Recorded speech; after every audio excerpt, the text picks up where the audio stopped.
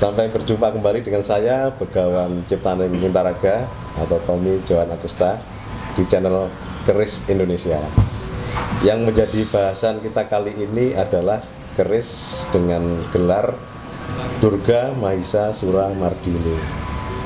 Itu apa sih Durga Mahisa Sura Mardini itu? Jadi sengaja saya mengangkat tema Durga dengan tujuan untuk mendudukkan porsi Durga yang sebenarnya.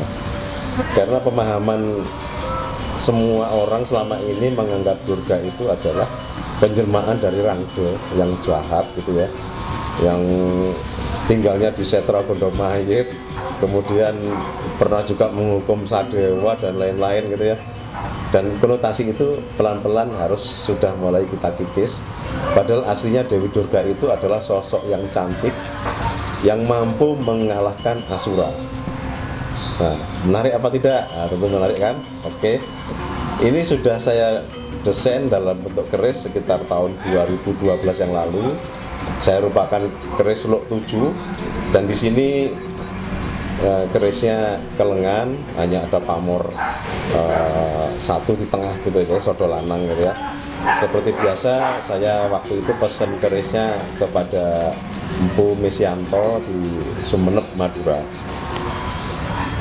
Dan di Bali ini saya pergunakan warangka kekandikan dengan bahan kayu gaharu, kemudian disampleng perak. Nah ini semua dikerjakan oleh Ketut Cirut di Batuan, Gianyar, Bali. Nah kita masuk materi Durga Mahisa Sura Mardini. Jadi Durga ini seperti yang sudah teman-teman ketahui adalah dewi yang cantik jelita. Konon pada saat sosok Asura itu berani menantang para dewa, maka marahlah dewa. Nah, dewa yang marah tersebut kemudian dari lidahnya menyembur api. Ada 9 dewa kemudian menjadi satu. Dari luapan amarah tadi itu terbentuklah sosok dewi yang cantik. Dewi itu disebut Dewi Durga. Nah ternyata Asura tadi itu pernah memohon kepada Dewata bahwa dia tidak bisa mati oleh kekuatan dewa. Nah karena tidak bisa mati oleh kekuatan dewa, maka dia matinya adalah oleh kekuatan Durga yang berasal dari nafas yang keluar dari amarahnya para dewa. Nah sosok Dewi Durga di sini itu digambarkan bertangan 8, di kiri ada 4, di kanan ada 4, semua memegang senjata kedewatan. Jadi Asura waktu menyerang Suralaya atau di Kayangan, begitu berjumpa dengan Dewi Durga langsung lari terbirit-birit karena dia yakin ajalnya hanya sampai di situ. Benar, Asura kemudian berhasil dipenggal kepalanya oleh Dewi Durga. Dan dari kepala yang ada di Asura tadi itu muncullah sosok raksasa yang ternyata biang kerok dari kegemparan yang selama ini terjadi adalah dia. Kenapa saya harus mengangkat Dewi Durga?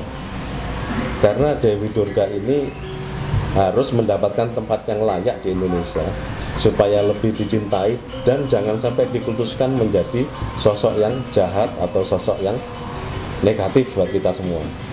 Jadi mulai saat ini kita misalnya kagum kepada Dewi Durga pun sudah waktunya, karena zaman dulu kenapa sosok ini dibuat seakan-akan jahat gitu ya, karena di masa lalu yang namanya kepemimpinan itu identik dengan sosok laki-laki, sehingga ketika ada dewi yang perempuan gitu ya, yang punya kesaktian, itu kemudian dirubah wujudnya menjadi sosok yang bertaring, kemudian kisahnya dirubah-rubah sehingga menjadi sosok yang jahat.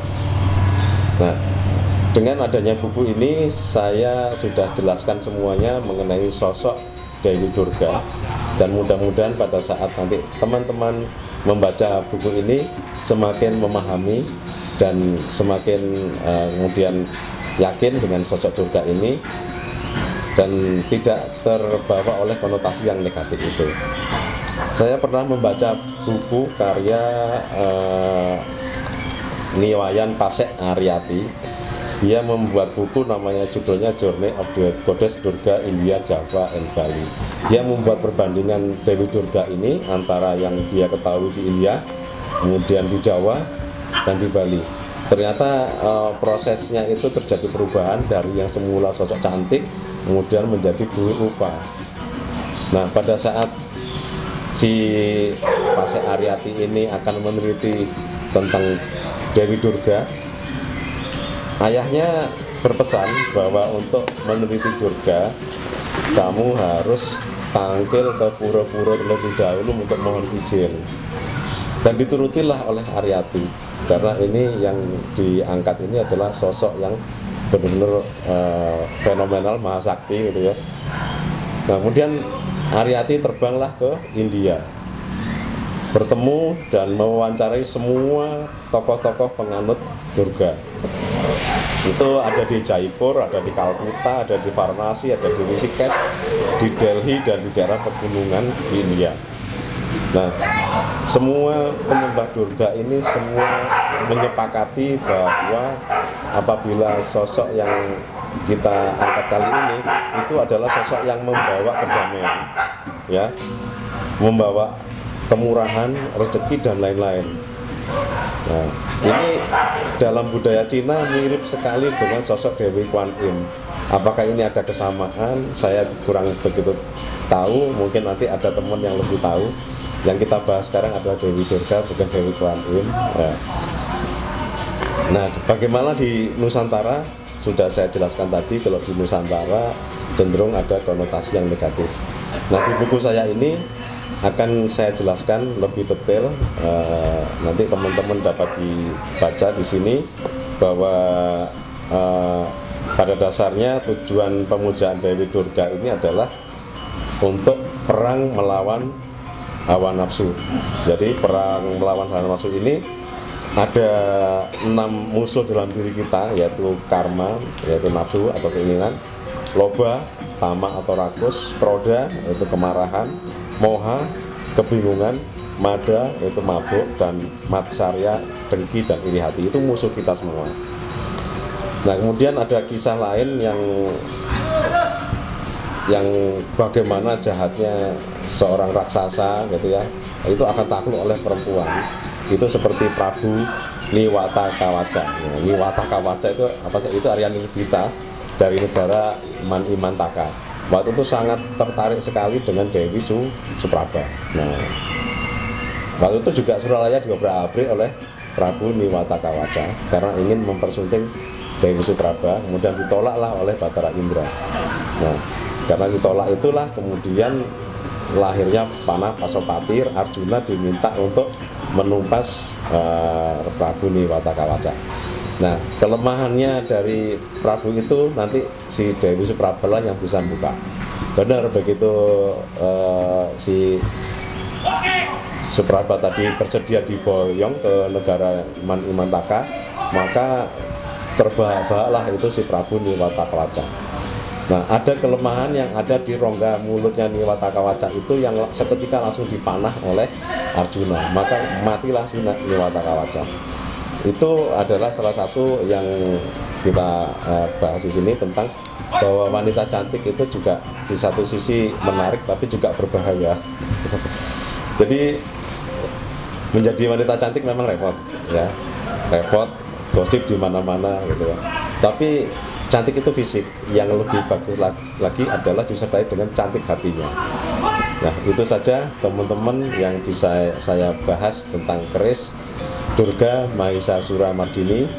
Dan apabila teman-teman ingin berkeliling melihat patung-patung atau apa yang ada di Indonesia, patung Durga Mahisasura Mardini itu ada di Candi Singosari, ada di Candi Sambisari, ada Candi Gedong Songo, ada.